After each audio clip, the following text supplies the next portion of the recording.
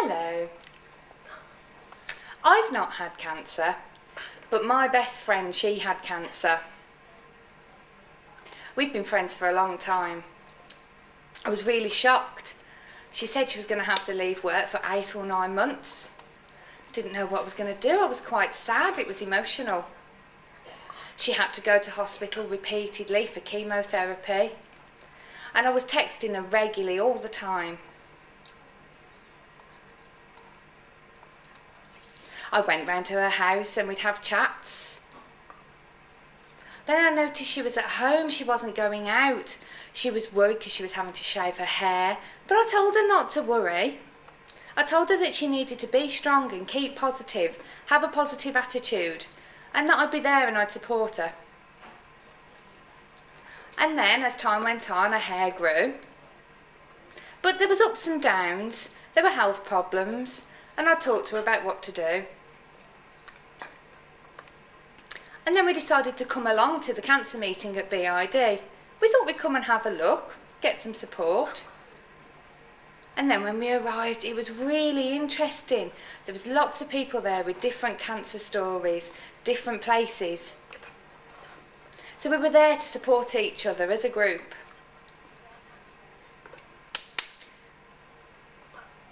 We helped with trying to raise money. I don't mind, I'll give up my time and come and help raise money. I can do handing out things in school, anything I can do. And then when she came back to work, I was happy. She was well, it was positive, her chemotherapy had finished. So last year, if you compare that to this year, she's now very different. She's out, she's going to meals, she's enjoying herself, she's going to the cinema. And it seems that I've been able to give her lots of support.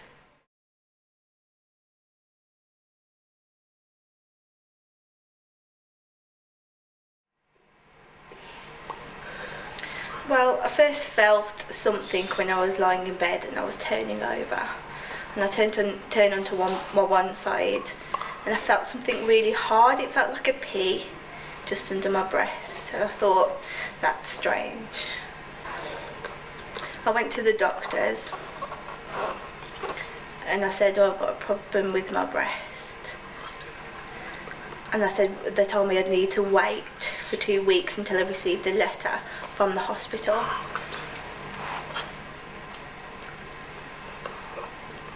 I went to the hospital, I had to go into X-ray. So they had to take a photograph of my breast from above, and then had to go to another department for a mammogram. And then had to go back over again into the hospital to have a biopsy, so they could check and see what it was. And they told me then I had to wait another 2 weeks, so I really had to be patient. And finally I received a letter to say they had to go with an interpreter to get the results, and I was waiting and waiting, and the interpreter didn't come. 1 hour, 2 hours I was waiting, and the nurse came across and said, you know, we can move it or we can do it now. And I said, oh, you know, prefer to do it now, please. I said, can you try and sign, or we're going to have to write things down? So I went into the room and the door closed. I sat down and there was a nurse on one side, and she told me that I had a lump, and I looked over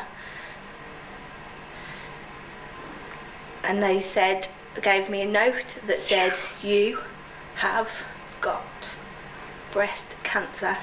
And it was written on a note, and I thought, oh my goodness.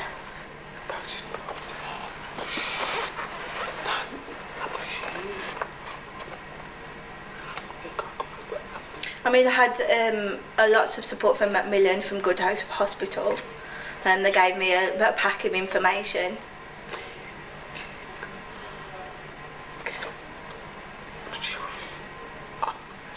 So what options I had, whether I could have it removed or what treatment I could have.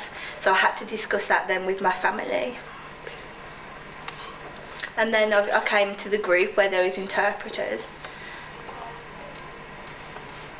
my daughter, my mum and all my family were with me, and we all asked questions about what my options were, and we looked at what the hospital was saying as well. And my sister sort of supported me to say that maybe I should have my breast removed. My daughter, you know, she took a step back as well, and we were all trying to make this decision, and we were all thinking about what would be best and trying to get advice as well. And then eventually I made the decision that I would have my breast removed, and they said that was really good, that was a good option for me, and my family agreed as well. My daughter agreed with that. And then that was booked for January the 16th, 2010 in the morning. I went to Good Hope Hospital with my sister for support. We went and it was okay. And I was first on the list, so that was positive. I had an interpreter this time, so that was good.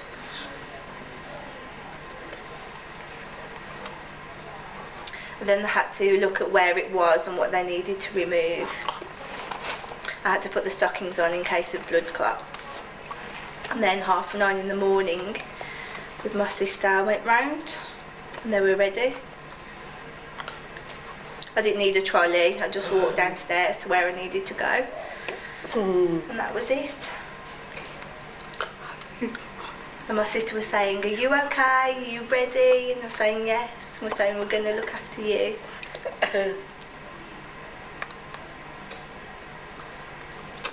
When we were ready to go down, I gave my sister a kiss and they took me round. The theatre man was really nice and he said that I was really brave. I went in with an interpreter and they just made sure that everything was okay, and then I was ready to go in. The interpreter left and I was on my own. It was quick. Yeah, it was quite lovely when I was asleep. It was 2 hours and then I woke up. And we went to see my family. They were all like, "Gwen, it's so good to see you." And I went to my mum's and stayed at my mum's for a couple of weeks to make sure I was okay. And then I started my treatment in the February for 6 months, and I had an interpreter for those appointments. And then about August it was all completed. But the only problem I found that I got a lot of heartburn and had to go to the hospital then for a week. Yeah. My blood count was low, so I had to go back into hospital for a while to wait for that to come up again. So I had to stay in hospital then for another week. And when I was better from that in August, I then rested for quite a while. And then in October I started radiotherapy for 3 weeks. Just for a couple of minutes. It didn't take long for the machine to work.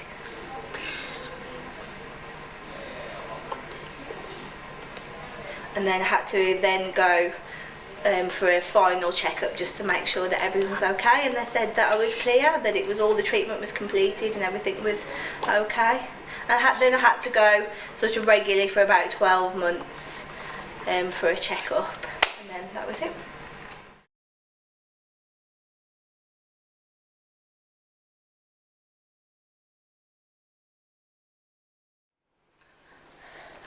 Hi! Right, I had a problem with my periods. They were really heavy. So I went to my GP and spoke to my doctor about that. I explained everything, that I had problems with my periods. So the doctor referred me and I went home. And quickly I received a letter. I thought, oh, right, I've got to go to the hospital. Okay. So off I went to the hospital. I had a scan done, like a camera that was put up to have a look around. Oh, and then they found a few things. And then they decided that this would have to go straight to one of the top consultants. And they said that they'd inform me by a letter, so I went home.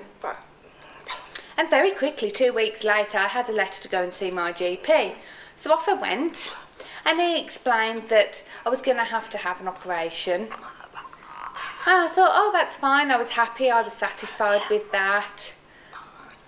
So I thought, oh, it was fine, I've been quite lucky there. So off I went to the hospital. I was really surprised. It was really painful what the doctor was doing. I was quite emotional. And when I got off the table and I was sat down talking with the consultant, he said that there was some small cancer. I was really shocked. The GP said that it wasn't cancer, that wasn't clear. And they said that I was really lucky, it was only very small. But still, I was very shocked. He said that if I'd ignored it, in 5 years' time I could have died. And that's when it really hit me, that I hadn't had that information. I went home, I was really upset. Me and my husband went to the cancer support and we sat down with them. I explained my story and they said not to worry and that they'd sort it out. There was lots of phone calls back and forth, and then again I had to go and meet them and they explained to me everything, and then I got the full information. I was really grateful for that. I had to go back to the hospital. I had to have some laser treatment done, and then it was all done, and they had another scan and they said it was fine, it was all clear.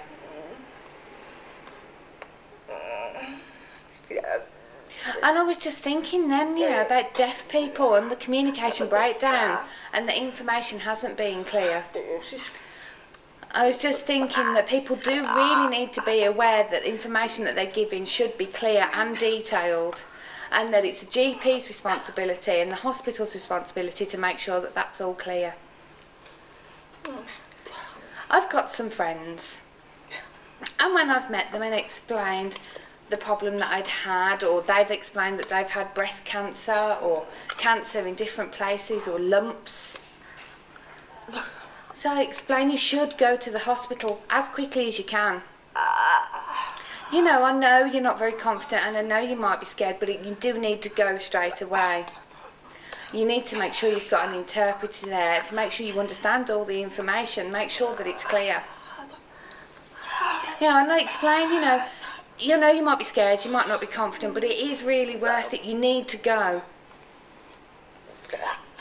And I met this other person that I'd explained all this to, and she said she was much more comfortable, everything was clear, she'd had the support. Before she was really nervous and worried, but it was really important that she got that cancer support and that interpreter there to get all that information about cancer. And that's really important again for deaf people in the future.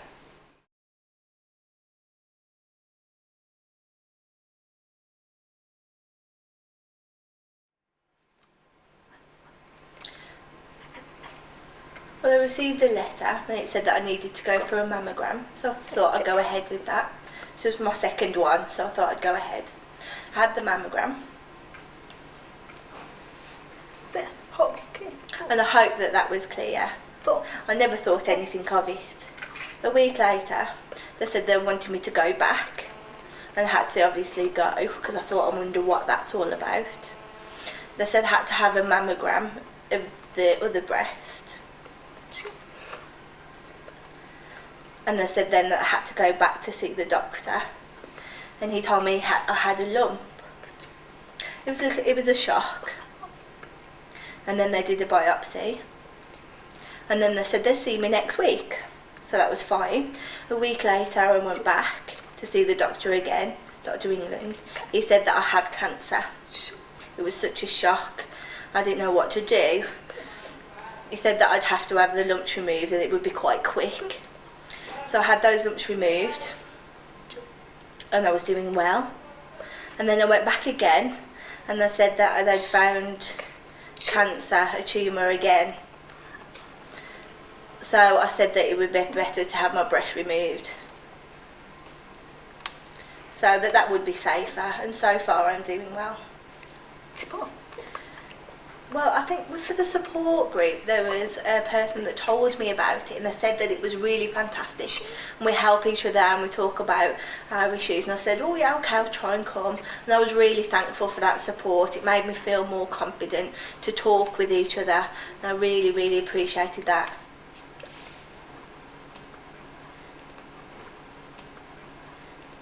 I would definitely, if it happened to a friend of mine, definitely bring them along and try and get them some support as well.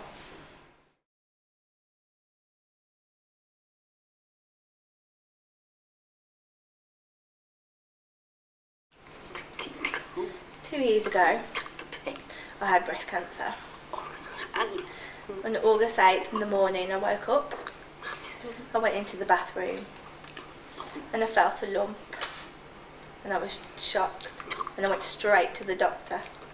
The doctor said that I can't go straight in, I have to wait till tonight. So that night I went and we noticed that my breast was red, and he said that I had an infection. And he said he'd refer me on to the hospital and that I needed to wait 2 weeks. So I went with an interpreter from a hospital appointment, and I had my sister with me for support. And the doctor checked me over and he said, I can't tell whether it's cancer or not yet. And they took a biopsy. And they said they'd let me know in another 2 weeks. So I waited for that. And they told me that I had cancer. And I was upset and I cried. And the doctor said, don't worry, we'll support you. So then I was ready for my operation, which would be in the following 2 weeks. And I wasn't nervous for the operation. I was quite positive and thought, this is just something I've got to do. I had my blood tests and all the pre-op I needed to go through, and I went in through my operation. And I didn't feel anything really. I felt okay, and I got home on the night, and the doctor said that I needed to stay overnight, that I needed to make sure. And on the Friday, it was my son's 21st birthday, and I was feeling okay, I was feeling happy.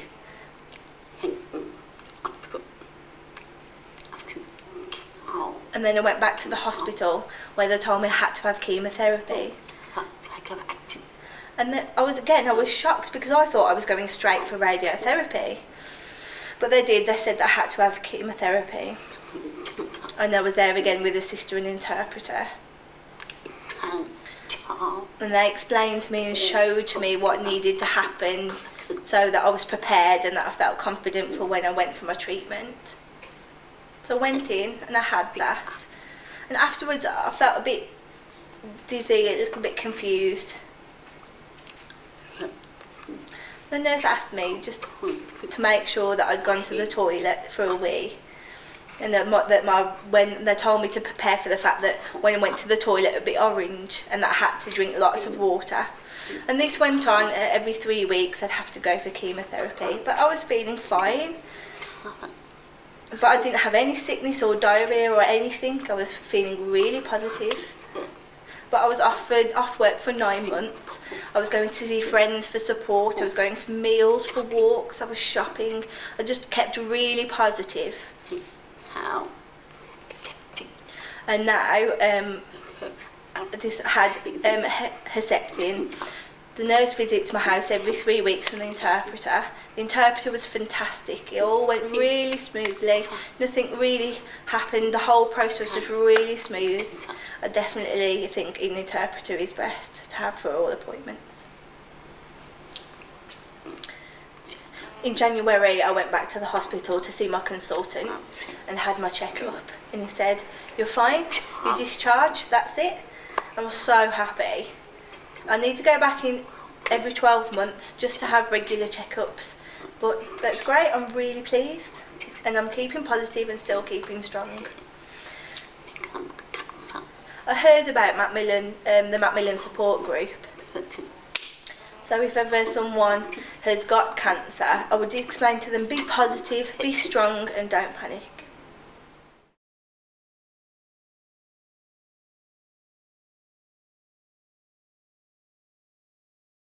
5 years ago, I was diagnosed with breast cancer through the National Health mammogram.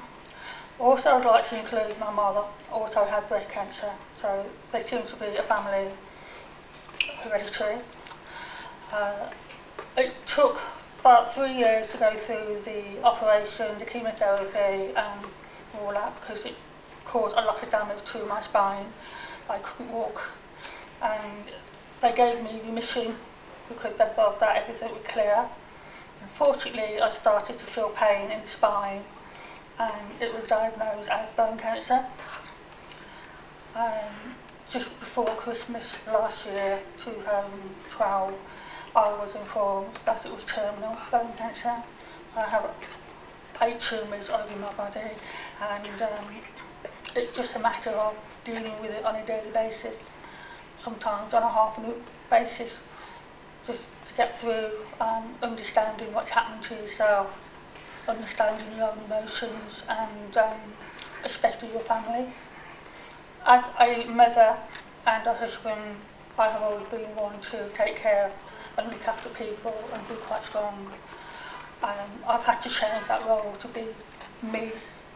I find that very, very difficult because I've always sort of been able to deal with my own emotions and hide my emotions, if you like.